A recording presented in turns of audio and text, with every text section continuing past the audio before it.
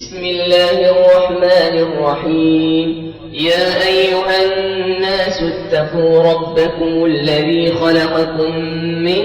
نفس واحدة وخلق منها زوجها وبث منهما رجالا كثيرا ونساء واتقوا الله الذي تساءلون به والأرحام إن الله كان عليكم رقيبا. وآتوا اليتامى أموالهم ولا تتبدلوا الخبيث بالطيب ولا تأكلوا أموالهم إلى أموالكم إنه كان حوبا كبيرا. وإن خفتم ألا تقسطوا في اليتامى فانكحوا ما طاب لكم من النساء مثنى وثلاث ورباع، فإن خفتم ألا تعدلوا فواحدة أو ما ملكت أيمانكم ذلك أدنى ألا تعولوا. وآتوا النساء صدقاتهن نحلة، فإن طبن لكم عن شيء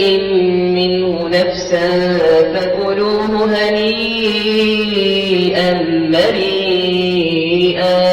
ولا تؤتوا السفهاء أموالكم التي جعل الله لكم قياما وارزقوهم فيها واكسوهم وقولوا لهم قولا معروفا. وابتلوا اليتامى حتى إذا بلغوا النكاح فإن آنستم منهم رشدا فادفعوا إليهم أموالهم ولا تأكلوها إسرافا وبدارا أن يكبروا. ومن كان غنيا فليستعفف ومن كان فقيرا فليأكل بالمعروف. فإذا دفعتم إليهم أموالهم فأشهدوا عليهم وكفى بالله حسيبا. للرجال نصيب مما ترك الوالدان والأقربون وللنساء نصيب مما ترك الوالدان والأقربون مما قل منه أو كثر نصيبا مفروضا. وإذا حضر القسمة أولو القربى واليتامى والمساكين فارزقوهم منه وقولوا لهم قولا معروفا. وليخشى الذين لو تركوا من خلفهم ذرية ضعافا خافوا عليهم فليتقوا الله وليقولوا قولا سديدا. إن الذين يأكلون أموال اليتامى ظلما إنما يأكلون في بطونهم نارا وسيصلون سعيرا. يوصيكم الله في أولادكم للذكر مثل حظ الأنثيين، فإن كن نساء فوق اثنتين فلهن ثلثا ما ترك، وإن كانت واحدة فلها النصف ولأبويه لكل واحد منهما السدس مما ترك إن كان له ولد، فإن لم يكن له ولد وورثه أبواه فلأمه الثلث، فإن كان له إخوة فلأمه السدس من بعد وصية يوصي بها أو دين. آباؤكم وأبناؤكم لا تدرون أيهم أقرب لكم نفعا فريضة من الله إن الله كان عليما حكيما. ولكم نصف ما ترك أزواجكم إن لم يكن لهن ولد، فإن كان لهن ولد فلكم الربع مما تركوا من بعد وصية يوصين بها أو دين، ولهن الربع مما تركتم إن لم يكن لكم ولد، فإن كان لكم ولد فلهن الثمن مما تركتم من بعد وصية توصون بها أو دين، وإن كان رجل يورث كلالة أو امرأة وله أخ أو أخت فلكل واحد منهما السدس، فإن كانوا أكثر من ذلك فهم شركاء في الثلث من بعد وصية يوصى بها أو دين غير مضار، وصية من الله والله عليم حليم. تلك حدود الله، ومن يطع الله ورسوله يدخله جنات تجري من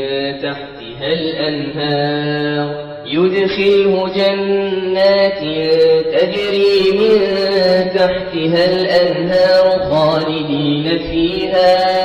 وذلك الفوز العظيم. ومن يعص الله ورسوله ويتعد حدوده يدخله نارا خالدا فيها وله عذاب مهين. واللاتي يأتين الفاحشة من نسائكم فاستشهدوا عليهن 4 منكم، فإن شهدوا فأمسكوهن في البيوت حتى يتوفاهن الموت أو يجعل الله لهن سبيلا. واللذان يأتيانها منكم فآذوهما، فإن تابا وأصلحا فأعرضوا عنهما، إن الله كان توابا رحيما. إنما التوبة على الله للذين يعملون السوء بجهالة ثم يتوبون من قريب فأولئك يتوب الله عليهم، وكان الله عليما حكيما.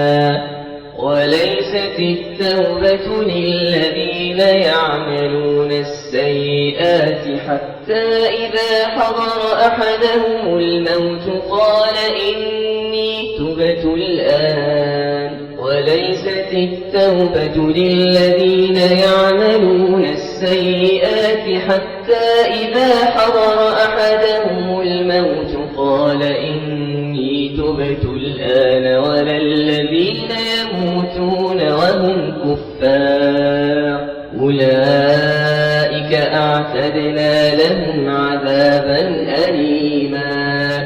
يا أيها الذين آمنوا لا يحل لكم أن ترثوا النساء كرها ولا تعضلوهن لتذهبوا ببعض ما آتيتموهن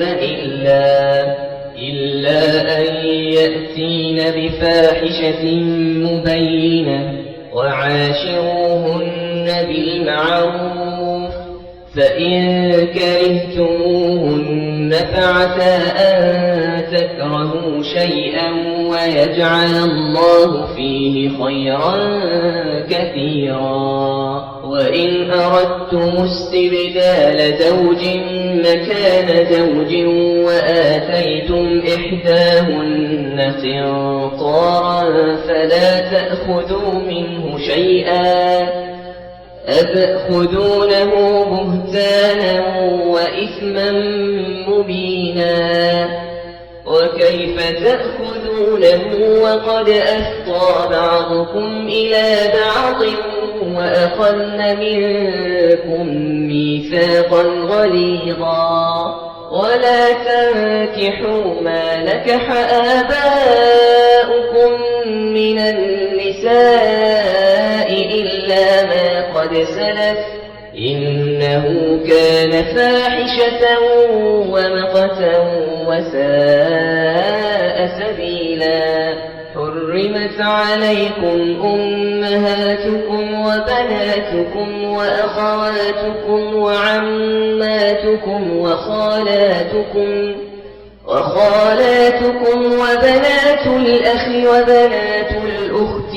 وأمهاتكم اللاتي أرضعنكم وأخواتكم من الرضاعة وأمهات نسائكم وربائبكم اللاتي في حجوركم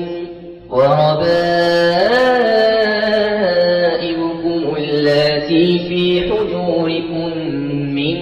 نسائكم اللاتي دخلتم بهن فإن لم تكونوا دخلتم بهن فلا جناح عليكم. وحلائل أبنائكم الذين من أصلابكم وأن تجمعوا بين الأختين إلا ما قد سلف إن الله كان غفورا رحيما. والمحصنات من النساء إلا ما ملكت أيمانكم كتاب الله عليكم وأحل لكم ما وراء ذلكم أن تبتغوا بأموالكم محصنين غير مسافحين فما استمتعتم به منهن فآتوهن أجورهن فريضة ولا جناح عليكم فيما تراضيتم به من بعد الفريضة إن الله كان عليما حكيما. ومن لم يستطع منكم طولا أن ينكح المحصنات المؤمنات فمما ملكت أيمانكم من فتياتكم المؤمنات والله أعلم بإيمانكم بعضكم من بعض فانكحوهن بإذن أهلهن وآتوهن أجورهن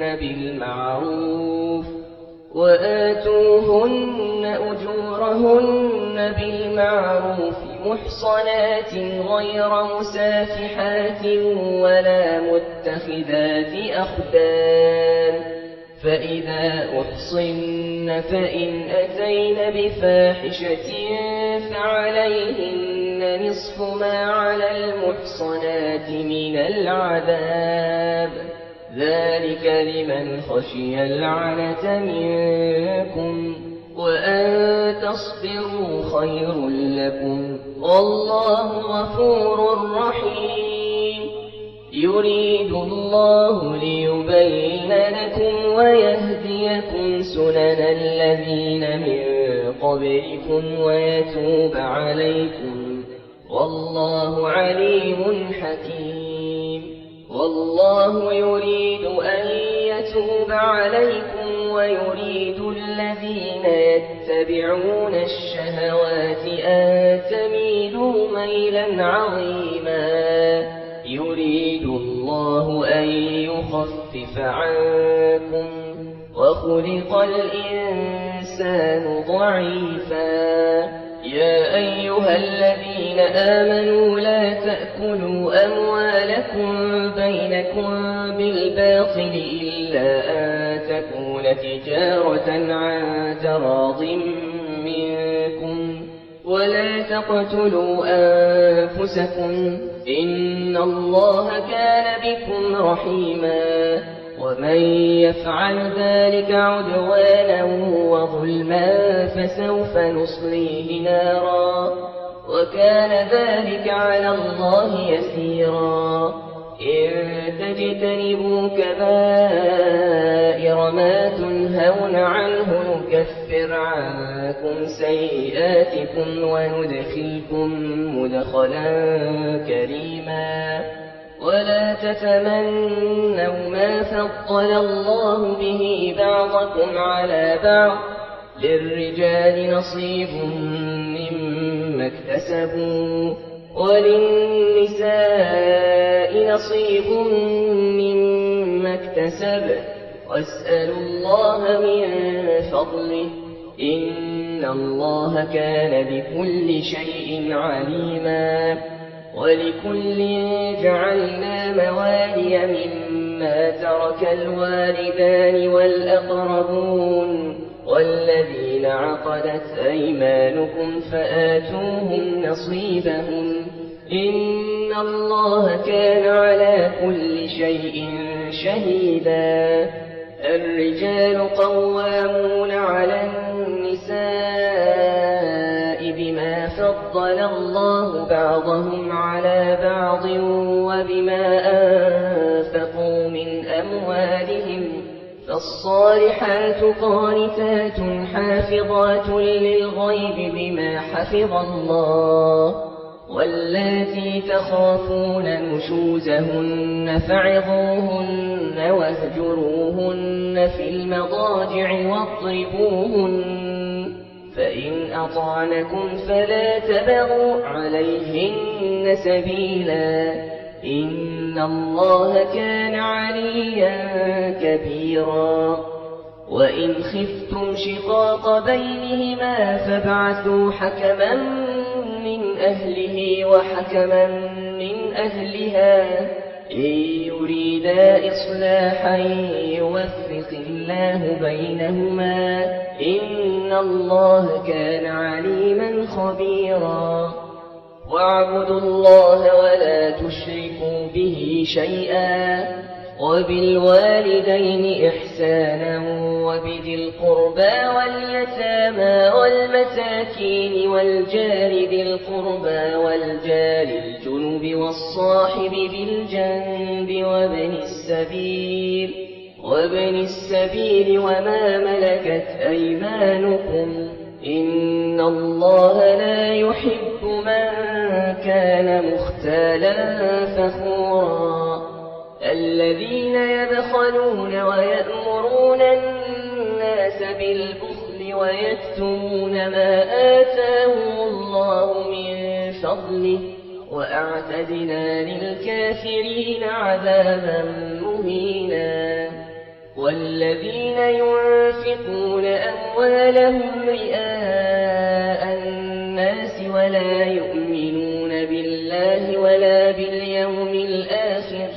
ومن يكن الشيطان له قرينا فساء قرينا وماذا عليهم لو آمنوا بالله واليوم الآخر وأنفقوا مما رزقهم الله وكان الله بهم عليما إن الله لا يظلم مثقال ذرة وإن تك حسنة يضاعفها ويؤت من لدنه أجرا عظيما فكيف إذا جئنا من كل أمة بشهيد وجئنا بك على هؤلاء شهيدا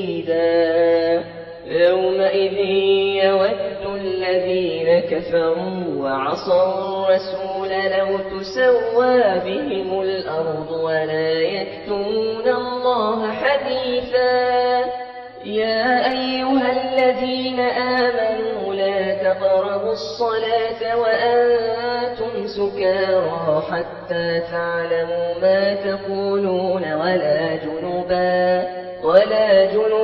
إلا عابري سبيل حتى تغتسلوا وإن كنتم مرضى أو على سفر أو جاء أحد منكم من الغائط أو لامستم النساء فلم تجدوا ماء فتيمموا صعيدا طيبا فامسحوا بوجوهكم وأيديكم إن الله كان عفوا غفورا ألم تر إلى الذين أوتوا نصيبا من الكتاب يشترون الضلالة ويريدون أن تضلوا السبيل والله أعلم بأعدائكم وكفى بالله وليا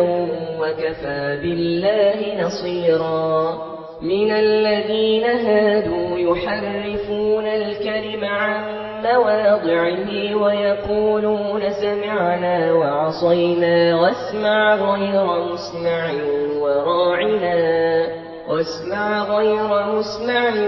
وراعنا ليا بألسنتهم وطعنا في الدين ولو أنهم قالوا سمعنا وأطعنا واسمع وانظرنا لكان خيرا لهم وأقوم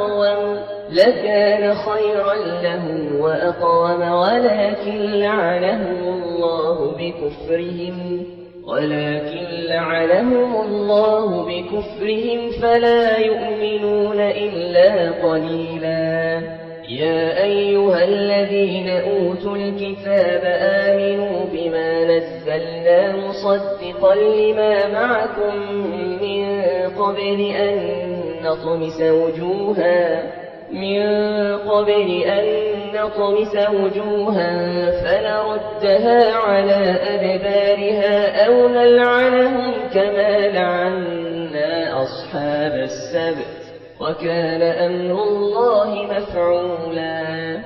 إن الله لا يغفر أن يشرك به ويغفر ما دون ذلك لمن يشاء ومن يشرك بالله فقد افترى إثما عظيما ألم تر إلى الذين يزكون أنفسهم بل الله يزكي من يشاء ولا يظلمون فتيلا انظر كيف يفترون على الله الكذب وكفى به إثما مبينا ألم تر إلى الذين أوتوا نصيبا من الكتاب يؤمنون بالجبت والطاغوت ويقولون للذين كفروا هؤلاء أهدى من الذين آمنوا سبيلا أولئك الذين لعنهم الله ومن يلعن الله فلا تجد له نصيرا أم لهم نصيب من الملك فإذا لا يؤتون الناس نقيرا أم يحسدون الناس على ما آتاهم الله من فضله فقد آتينا آل إبراهيم الكتاب والحكمة وآتيناهم ملكا عظيما فمنهم من آمن به ومنهم من صد عنه وكفى بجهنم سعيرا إن الذين كفروا بآياتنا سوف نصليهم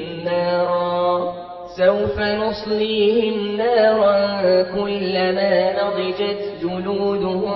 بدلناهم جلودا غيرها ليذوقوا العذاب إن الله كان عزيزا حكيما والذين آمنوا وعملوا الصالحات سندخلهم جنات تجري من تحتها الأنهار خالدين فيها أبدا لهم فيها أزواج مطهرة وندخلهم ظلا ظليلا إن الله يأمركم أن تؤدوا الأمانات إلى أهلها وإذا حكمتم بين الناس أن تحكموا بالعدل إن الله نعم ما يعظكم به إن الله كان سميعا بصيرا يا أيها الذين آمنوا أطيعوا الله وأطيعوا الرسول وأولي الأمر منكم فإن تنازعتم في شيء فردوه إلى الله والرسول إن كنتم تؤمنون بالله واليوم الآخر ذلك خير وأحسن تأويلا ألم تر إلى الذين يزعمون أنهم آمنوا بما أنزل إليك وما أنزل من قبلك يريدون أن يتحاكموا إلى الطاغوت وقد أمروا أن يكفروا به ويريد الشيطان أن يضلهم ضلالا بعيدا وإذا قيل لهم تعالوا إلى ما أنزل الله وإلى الرسول رأيت المنافقين يصدون عنك صدودا فكيف إذا أصابتهم مصيبة بما قدمت أيديهم ثم جاءوك يحلفون بالله إن أردنا إلا إحسانا وتوفيقا أولئك الذين يعلم الله ما في قلوبهم فأعرض عنهم وعظهم وقل لهم في أنفسهم قولا بليغا وما أرسلنا من رسول إلا ليطاع بإذن الله ولو أنهم إن ظلموا أنفسهم جاءوك فاستغفروا الله واستغفر لهم الرسول لوجدوا الله توابا رحيما فلا وربك لا يؤمنون حتى يحكموك فيما شجر بينهم ثم لا يجدوا في أنفسهم حرجا مما قضيت ويسلموا تسليما ولو أنا كتبنا عليهم أن اقتلوا أنفسكم أو اخرجوا من دياركم ما فعلوه إلا قليل منهم ولو أنهم فعلوا ما يوعظون به لكان خيرا لهم وأشد تثبيتا وإذا لآتيناهم من لدنا أجرا عظيما ولهديناهم صراطا مستقيما ومن يطع الله والرسول فأولئك مع الذين أنعم الله عليهم من النبيين والصديقين والشهداء والصالحين وحسن أولئك رفيقا ذلك الفضل من الله وكفى بالله عليما يا أيها الذين آمنوا خذوا حذركم فانفروا ثبات أو انفروا جميعا وإن منكم ليبطئن فإن أصابتكم مصيبة قال قد أنعم الله علي إذ لم أكن معهم شهيدا ولئن أصابكم فضل من الله ليقولن كأن لم تكن بينكم وبينه مودة يا ليتني كنت معهم فأفوز فوزا عظيما فليقاتل في سبيل الله الذين يشرون الحياة الدنيا بالآخرة ومن يقاتل في سبيل الله فيقتل أو يغلب فسوف نؤتيه أجرا عظيما وما لكم لا تقاتلون في سبيل الله والمستضعفين من الرجال والنساء والولدان الذين يقولون ربنا أخرجنا من هذه القرية الظالم أهلها واجعل لنا من لدنك وليا واجعل لنا من لدنك نصيرا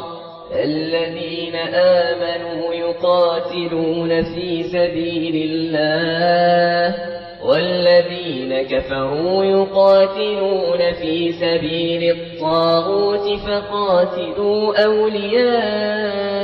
الشيطان إن كيد الشيطان كان ضعيفا ألم تر إلى الذين قيل لهم كفوا أيديكم وأقيموا الصلاة وآتوا الزكاة فلما كتب عليهم القتال إذا فريق منهم يخشون الناس كخشية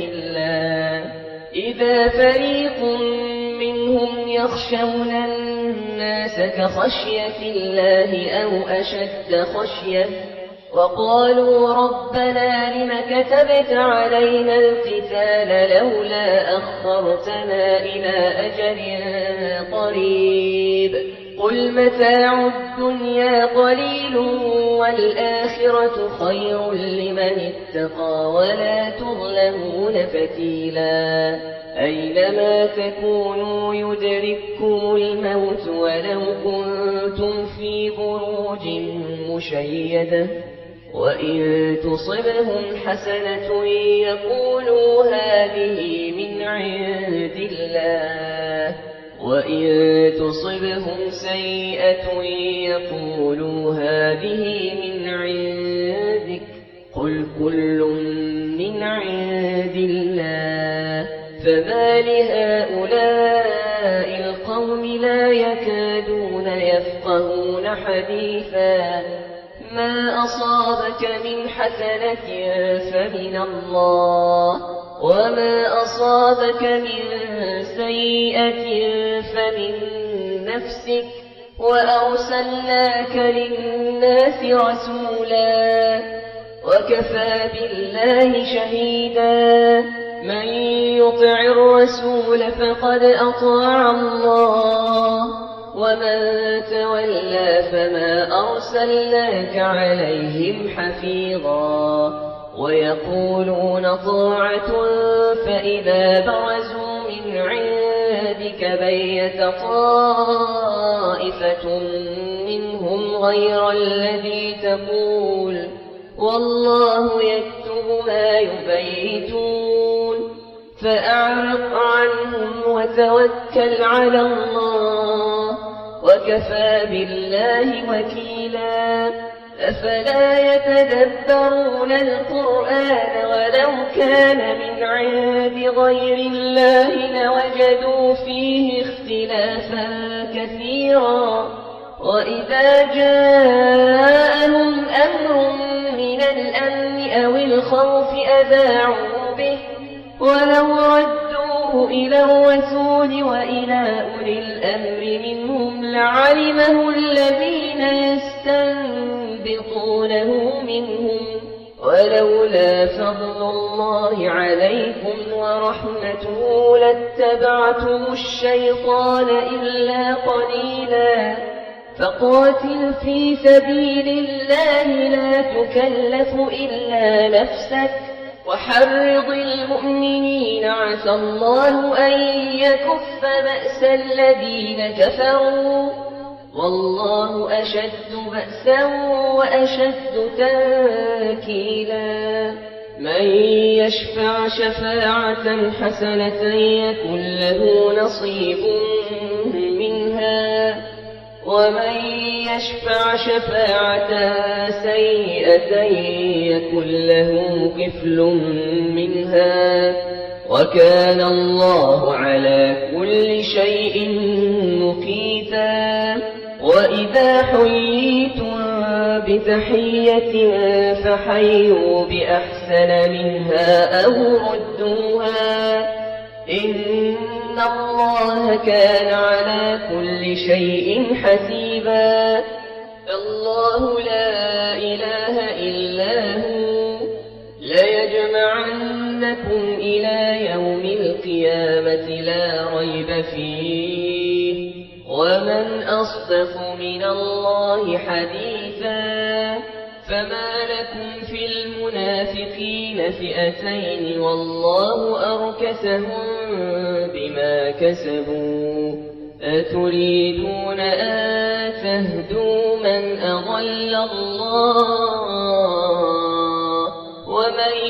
يضلل الله فلن تجد له سبيلا ودوا لو تكفرون كما كفروا فتكونون سواء فلا تتخذوا منهم أولياء حتى يهاجروا في سبيل الله فإن تولوا فخذوهم وقتلوهم حيث وجدتموهم ولا تتخذوا منهم وليا ولا نصيرا إلا الذين يصلون إلى قوم بينكم وبينهم ميثاق أو جاءوكم حصرت صدورهم أن يقاتلوكم أو يقاتلوا قومهم ولو شاء الله لسلطهم عليكم فلقاتلوكم فإن اعتزلوكم فلم يقاتلوكم وألقوا إليكم السلم فما جعل الله لكم عليهم سبيلا ستجدون آخرين يريدون أن يأمنوكم ويأمنوا قومهم كلما ردوا إلى الفتنة أركسوا فيها فإن لم يعتزلوكم ويلقوا إليكم السلم ويكفوا أيديهم فخذوهم وقتلوهم حيث ثقفتموهم وأولئكم جعلنا لكم عليهم سلطانا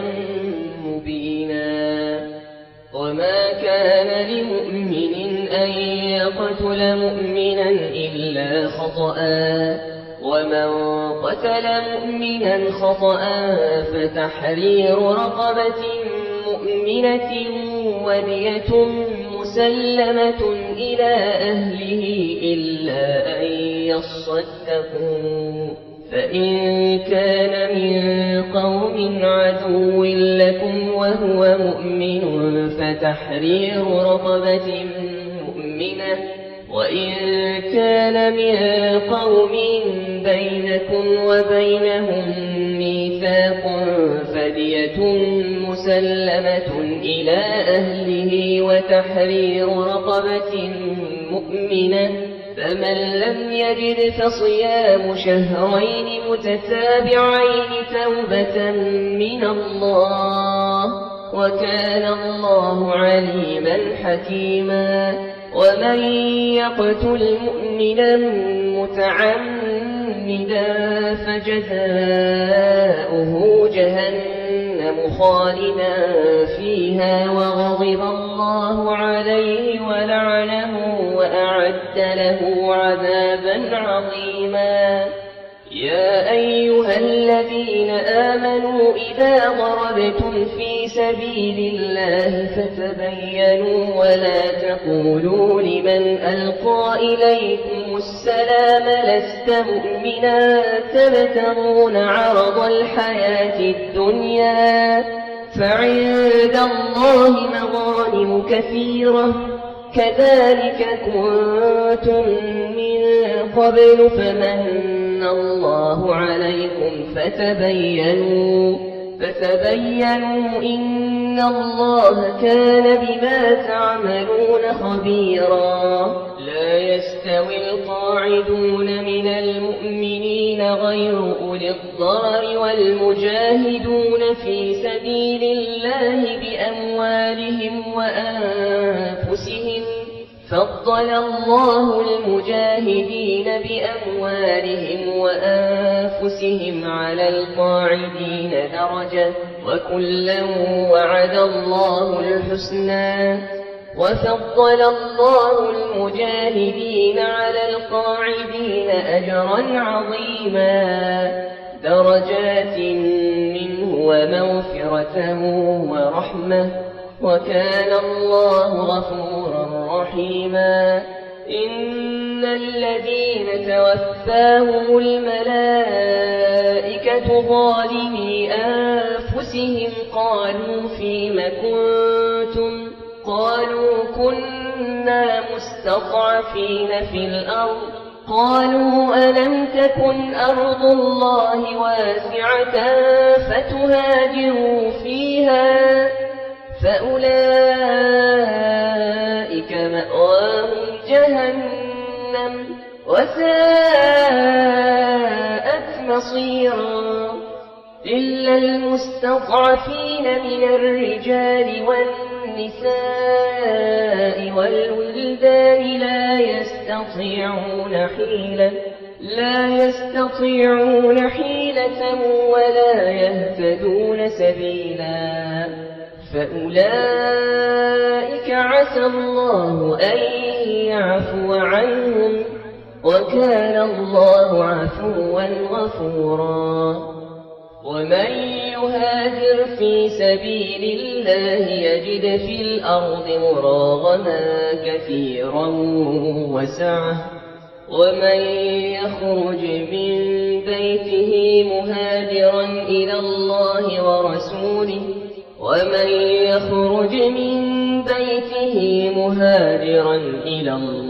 ورسوله ثم يدركه الموت فقد وقع أجره على الله وكان الله غفورا رحيما. وإذا ضربتم في الأرض فليس عليكم جناح أن تقصروا من الصلاة إن خفتم أن يفتنكم الذين كفروا إن الكافرين كانوا لكم عدوا مبينا. وإذا كنت فيهم فأقمت لهم الصلاة فلتقم طائفة منهم معك وليأخذوا أسلحتهم فإذا سجدوا فليكونوا من ورائكم ولتأت طائفة أخرى لم يصلوا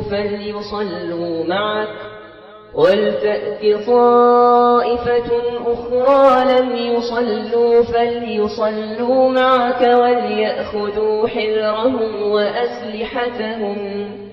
ود الذين كفروا لو تغفلون عن أسلحتكم وأمتعتكم فيميلون عليكم ميلة واحدة ولا جناح عليكم إن كان بكم أذى من مطر أو كنتم مرضى أن تضعوا أسلحتكم وخذوا حذركم إن الله أعد للكافرين عذابا مهينا فإذا قضيتم الصلاة فاذكروا الله قياما وقعودا وعلى جنوبكم فإذا اطمأننتم فأقيموا الصلاة إن الصلاة كانت على المؤمنين كتابا موقوتا ولا تهنوا في ابتغاء القوم إن تكونوا تألمون فإنهم يألمون كما تألمون وترجون من الله ما لا يرجون وكان الله عليما حكيما إنا أنزلنا إليك الكتاب بالحق لتحكم بين الناس بما أراك الله ولا تكن للخائنين خصيما واستغفر الله إن الله كان غفورا رحيما ولا تجادل عن الذين يختانون أنفسهم إن الله لا يحب من كان خوانا أثيما يستخفون من الناس ولا يستخفون من الله وهو معهم إذ يبيتون ما لا يرضى من القول وكان الله بما يعملون محيطا ها أنتم هؤلاء جادلتم عنهم في الحياة الدنيا فمن يجادل الله عنهم يوم القيامة أم من يكون عليهم وكيلا ومن يعمل سوءا أو يظلم نفسه ثم يستغفر الله يجد الله غفورا رحيما ومن يكسب إثما فإنما يكسبه على نفسه وكان الله عليما حكيما ومن يكسب خطيئة أو إثما ثم يرم به بريئا فقد احتمل بهتانا وإثما مبينا ولولا فضل الله عليك ورحمته لهم طائفة منهم أن يضلوك وما يضلون إلا أنفسهم وما يضرونك من شيء وأنزل الله عليك الكتاب والحكمة وعلمك ما لم تكن تعلم وكان فضل الله عليك عظيما لا خير في كثير من نجواهم إلا من أمر بصدقة أو معروف أو إصلاح بين الناس ومن يفعل ذلك ابتغاء مرضات الله فسوف نؤتيه أجرا عظيما ومن يشاقق الرسول من بعد ما تبين له الهدى ويتبع غير سبيل المؤمنين نوله ما تولى ونصله جهنم وساءت مصيرا إن الله لا يغفر أن يشرك به ويغفر ما دون ذلك لمن يشاء ومن يشرك بالله فقد ضل ضلالا بعيدا إن يدعون من دونه إلا إناثا وإن يدعون إلا شيطانا مريدا لعنه الله وقال لأتخذن من عبادك نصيبا مفروضا ولأضلنهم ولأمنينهم ولآمرنهم فليبتكن آذان الأنعام ولآمرنهم فليغيرن خلق الله ومن يتخذ الشيطان وليا من دون الله فقد خسر خسرانا مبينا يعدهم ويمنيهم وما يعدهم الشيطان إلا غرورا أولئك مأواهم جهنم ولا يجدون عنها محيصا والذين آمنوا وعملوا الصالحات سندخلهم جنات تجري من تحتها الأنهار خالدين فيها أبدا وعد الله حقا ومن أصدق من الله قيلا ليس بأمانيكم ولا أماني أهل الكتاب من يعمل سوءا يجز به ولا يجد له من دون الله وليا ولا نصيرا ومن يعمل من الصالحات من ذكر أو أنثى وهو مؤمن فأولئك يدخلون الجنة ولا يظلمون نقيرا ومن أحسن دينا ممن أسلم وجهه لله وهو محسن واتبع ملة إبراهيم حنيفا واتخذ الله إبراهيم خليلا ولله ما في السماوات وما في الأرض وكان الله بكل شيء محيطا ويستفتونك في النساء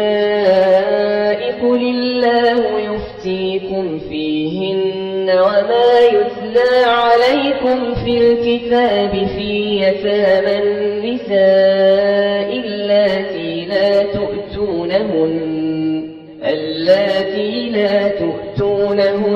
ما كتب لهن وترغبون أن تنكحوهن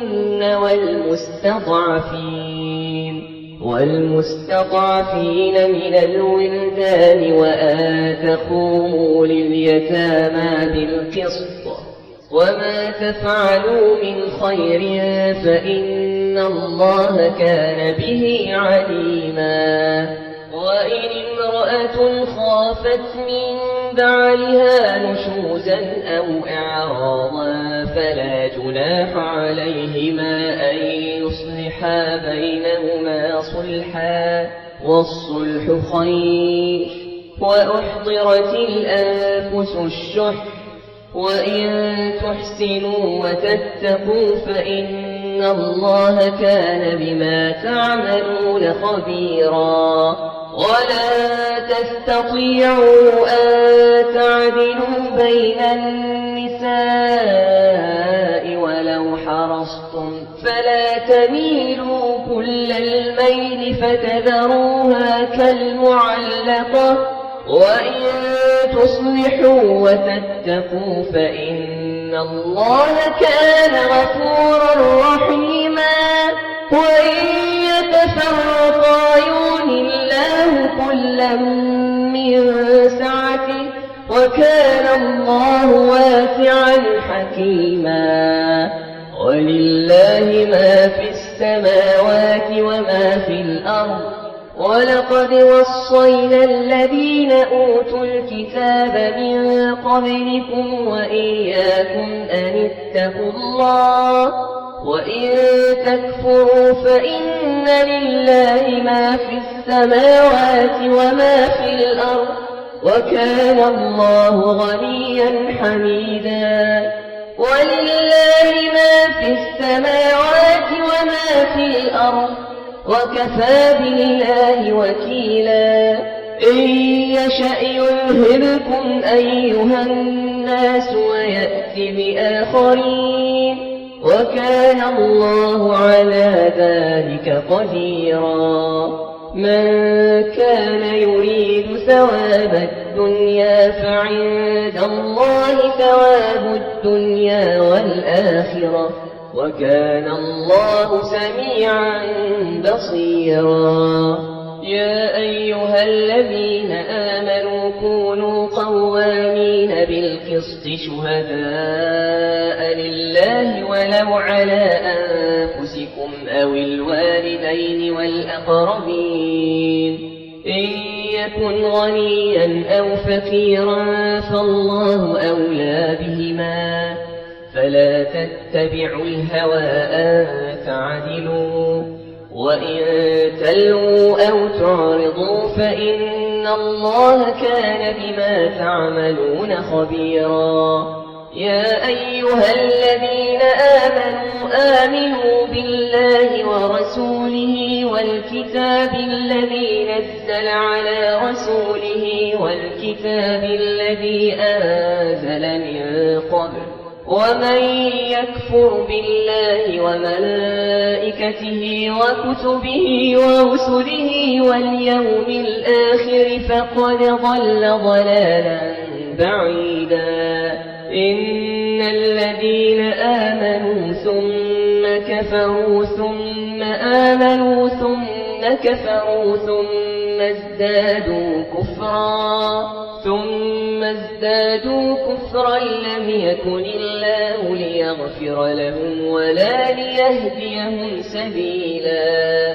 بشر المنافقين بأن لهم عذابا أليما الذين يتخذون الكافرين أولياء من دون المؤمنين أيبتغون عندهم العزة فإن العزة لله جميعا وقد نزل عليكم في الكتاب أن إذا سمعتم آيات الله يكفر بها ويستهزأ بها فلا تقعدوا معهم حتى يخوضوا في حديث غيره إنكم إذا مثلهم إن الله جامع المنافقين والكافرين في جهنم جميعا الذين يتربصون بكم فإن كان لكم فتح من الله قالوا ألم نكن معكم وإن كان للكافرين نصيب قالوا ألم نستحوذ عليكم ونمنعكم من المؤمنين فالله يحكم بينكم يوم القيامة ولن يجعل الله للكافرين على المؤمنين سبيلا إن المنافقين يخادعون الله وهو خادعهم وإذا قاموا إلى الصلاة قاموا كسالى يراءون الناس ولا يذكرون الله إلا قليلا مذبذبين بين ذلك لا إله هؤلاء ولا إله هؤلاء ومن يضلل الله فلن تجد له سبيلا يا أيها الذين آمنوا لا تتخذوا الكافرين أولياء من دون المؤمنين أتريدون أن تجعلوا لله عليكم سلطانا مبينا إن المنافقين في الدرك الأسفل من النار ولن تجد لهم نصيرا إلا الذين تابوا وأصلحوا واعتصموا بالله وأخلصوا دينهم لله فأولئك مع المؤمنين وسوف يؤتي الله المؤمنين أجرا عظيما ما يفعل الله بعذابكم إن شكرتم وآمنتم وكان الله شاكرا عليما لا يحب الله الجهر بالسوء من القول إلا من ظلم وكان الله سميعا عليما إن تبدوا خيرا أو تخفوه أو تعفوا عن سوء فإن الله كان عفوا قديرا إن الذين يكفرون بالله ورسله ويريدون أن يفرقوا بين الله ورسله ويقولون نؤمن ببعض ونكفر ببعض ويريدون أن يتخذوا بين ذلك سبيلا أولئك هم الكافرون حقا وأعتدنا للكافرين عذابا مهينا والذين آمنوا بالله ورسله ولم يفرقوا بين أحد منهم أولئك سوف يؤتيهم أجورهم وكان الله غفورا رحيما يسألك أهل الكتاب أن تنزل عليهم كتابا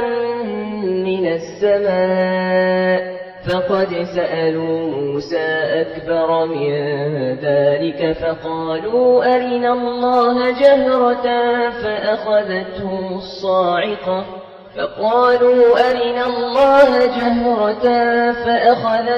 الصاعقة بظلمهم ثم اتخذوا العجل من بعد ما جاءتهم البينات فعفونا عن ذلك وآتينا موسى سلطانا مبينا ورفعنا فوقهم الطور بميثاقهم وقلنا لهم ادخلوا الباب سجدا وقلنا لهم لا تعدوا في السبت وأخذنا منهم ميثاقا غليظا فبما نقضهم ميثاقهم وكفرهم بآيات الله وقتلهم الأنبياء بغير حق وقولهم قلوبنا غلف بل طبع الله عليها بكفرهم فلا يؤمنون إلا قليلا وبكفرهم وقولهم على مريم بهتانا عظيما وقولهم إنا قتلنا المسيح عيسى بن مريم رسول الله وما قتلوه وما صلبوه ولكن شبه لهم وإن الذين اختلفوا فيه لفي شك منه ما لهم به من علم إلا اتباع الظن وما قتلوه يقينا بل رفعه الله إليه وكان الله عزيزا حكيما وإن من أهل الكتاب إلا ليؤمنن به قبل موته ويوم القيامة يكون عليهم شهيدا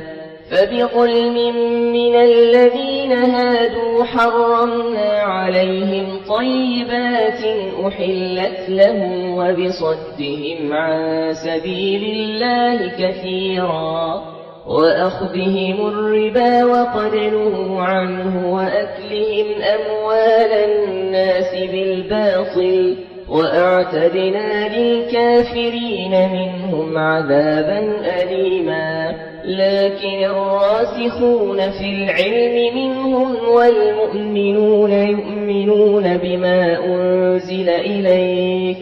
يؤمنون بما أنزل إليك وما أنزل من قبلك والمقيمين الصلاة والمؤتون الزكاة والمؤمنون بالله واليوم الآخر أولئك سنؤتيهم أجرا عظيما إنا أوحينا إليك كما أوحينا إلى نوح والنبيين من بعده وأوحينا إلى إبراهيم وإسماعيل وإسحاق ويعقوب والأسباط وعيسى وأيوب ويونس وهارون وسليمان وآتينا داود زبورا ورسلا قد قصصناهم عليك من قبل ورسلا لم نقصصهم عليك وكلم الله موسى تكليما رسلا مبشرين ومنذرين لئلا يكون للناس على الله حجة بعد الرسل وكان الله عزيزا حكيما لكن الله يشهد بما أنزل إليك أنزله بعلمه والملائكة يشهدون وكفى بالله شهيدا إن الذين كفروا وصدوا عن سبيل الله قد ضلوا ضلالا بعيدا إن الذين كفروا وظلموا لم يكن الله ليغفر لهم ولا ليهديهم طريقا إلا طريق جهنم خالدين فيها أبدا وكان ذلك على الله يسيرا يا أيها الناس قد جاءكم الرسول بالحق من ربكم فآمنوا خيرا لكم وإن تكفروا فإن لله ما في السماوات والأرض وكان الله عليما حكيما يا أهل الكتاب لا تغلوا في دينكم ولا تقولوا على الله إلا الحق إنما المسيح عيسى بن مريم رسول الله وكلمته ألقاها إلى مريم وروح منه فآمنوا بالله ورسله ولا تقولوا ثلاثة انتهوا خيرا لكم إنما الله إله واحد سبحانه أن يكون له ولد له ما في السماوات وما في الأرض وكفى بالله وكيلا لن يستنكف المسيح أن يكون عبدا لله ولا الملائكة المقربون ومن يستنكف عن عبادته ويستكبر فسيحشرهم إليه جميعا فأما الذين آمنوا وعملوا الصالحات فيوفيهم أجورهم ويزيدهم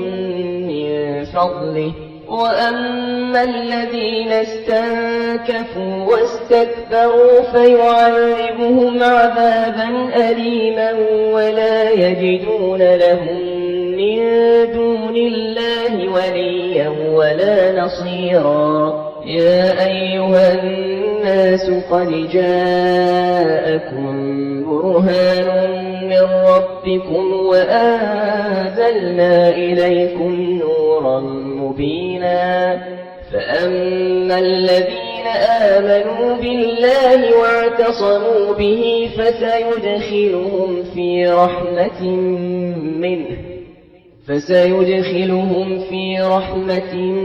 منه وفضل ويهديهم إليه صراطا مستقيما يستفتونك قل الله يفتيكم في الكلالة إن امرؤ هلك ليس له ولد وله أخت فلها نصف ما ترك